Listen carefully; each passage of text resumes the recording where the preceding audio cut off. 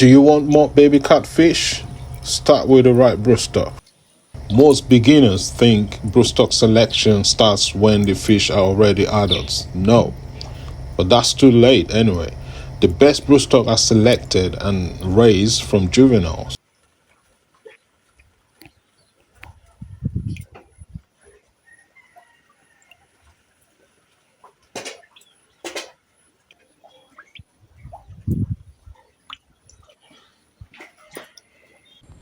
Hi, welcome back to Fish Farm. My name is Femi Peters. We're based out in Bejuleke, axis of Lagos State, Nigeria. Today's topic is all about raising future broodstock. Because if you raise your fish right, you definitely breed right. If you raise your broodstock right, definitely you get happy fish in your farm. So, first thing first, what exactly is broodstock? Broodstock are the mature male and female fish selected for breeding. These are your parent fish, the ones that will produce the next generation of catfish, smart catfish in your farm. Getting this right is crucial. If your broodstock is weak, sick, or too young, trust me, you get poor result. And that's not good enough. You get low hatch rates, weak fries, and high mortality. You don't want that. I don't want that myself. Hence the reason for making this video. The purpose here today is equally to make aquaculture simple for everyone. So if you're into fish farming or thinking of starting, make sure to hit that subscribe button and like this video. It helps us reach more farmers like you. In a nutshell, are your catfish not breeding the way you expected? Or maybe you're just starting out and wondering how to produce more fries for your farm.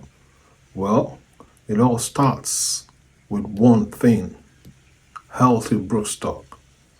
In this video, I will show you how to breed broodstock catfish for successful reproduction. No complicated science, just practical tips for beginners.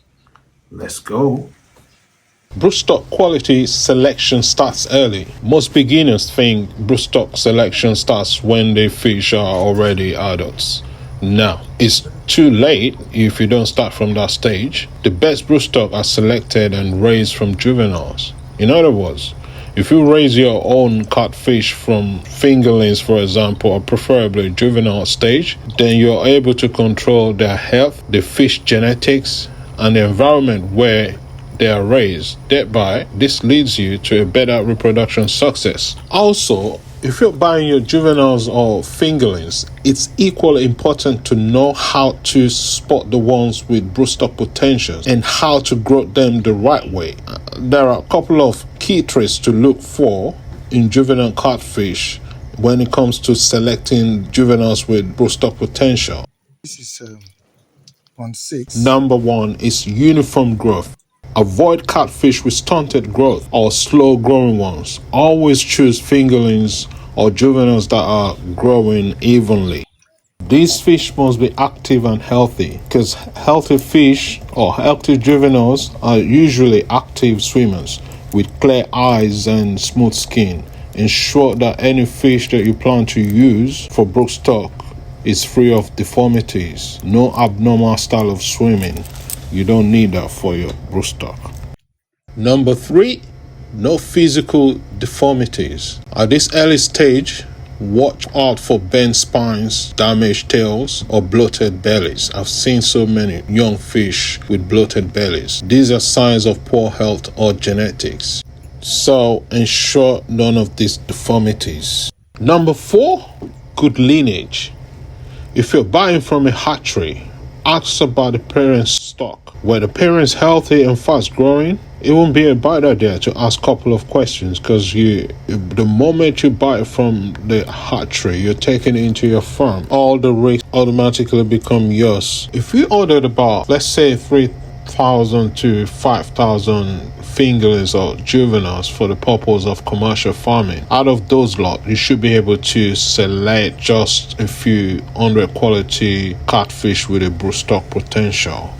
Once you've selected good juveniles, it's time to raise them carefully over the next 6 to 12 months. Here's what you need to do. Stocking density. You need to reduce crowding your broodstock pond with excess fish.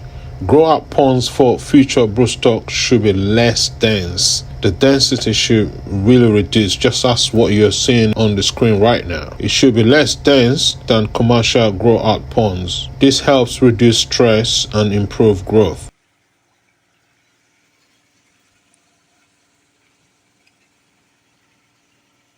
Next is feeding for broodstock development. Catfish broodstock need high quality nutrition. Do not just feed them any grow out feed. Use feed within about 35 to 40% crude protein. Supplement some of the feed with vitamins, minerals, and sometimes live feed like worms or shrimps. And also feed them twice daily and monitor their appetite.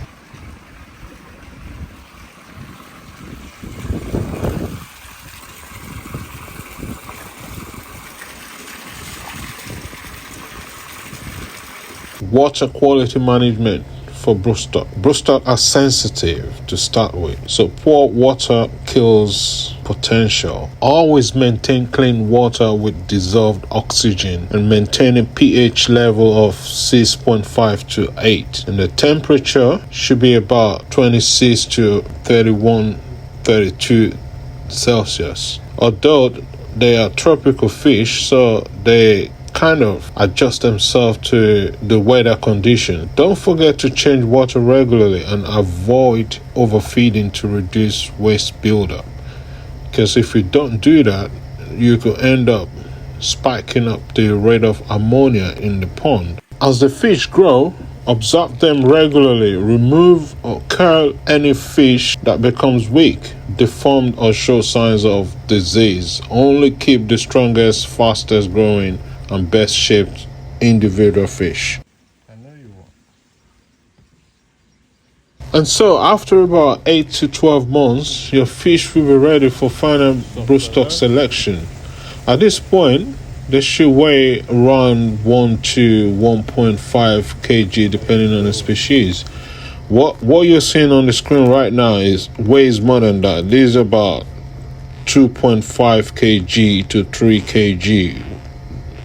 Yes, and the things you should look out for in mature broodstock also is, well, they should have healthy fins, no scars or deformities, bright eyes and responsive movements, smooth skin, no external parasites around them or around the skin. The females should have soft, round bellies, and the males should have like pointed genital papilla. Another thing to do is when you know you're ready to spawn, you should keep the broodstock in separate ponds or tanks for females and males once they've been selected. To cap the whole thing, to raise the best broodstock, start early. Don't wait until the fish are adults. By select healthy juveniles, feeding them well, and maintaining proper care, you will end up with strong breeders that produce healthy fries. Remember, start with healthy juveniles, feed them like future breeders, monitor closely and cull weekly, give them space and clean water to grow. That's the best thing to do. So, if you're serious about catfish farming, broodstock management is the heart of your success. So start early, grow smart, and your future breeding will be much easier. Got any question about selecting or raising broodstock? Drop them in the comments below and I'll try as possible to answer everyone. Like this video if it helped, share it with your fish farming group, and subscribe for more beginner friendly aquaculture tips. Until next time, raise smart, farm strong. See you later.